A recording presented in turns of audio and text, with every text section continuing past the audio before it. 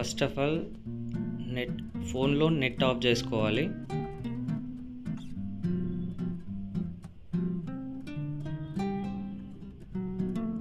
Wifi connect చేసుకోవాలి.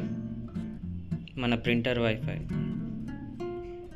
Connect అయిన తర్వాత ఏదైనా ఫైల్ ఓపెన్ చేసి ఓపెన్ విత్ అనేసి టైప్ చేసి సెండ్ ఫైల్.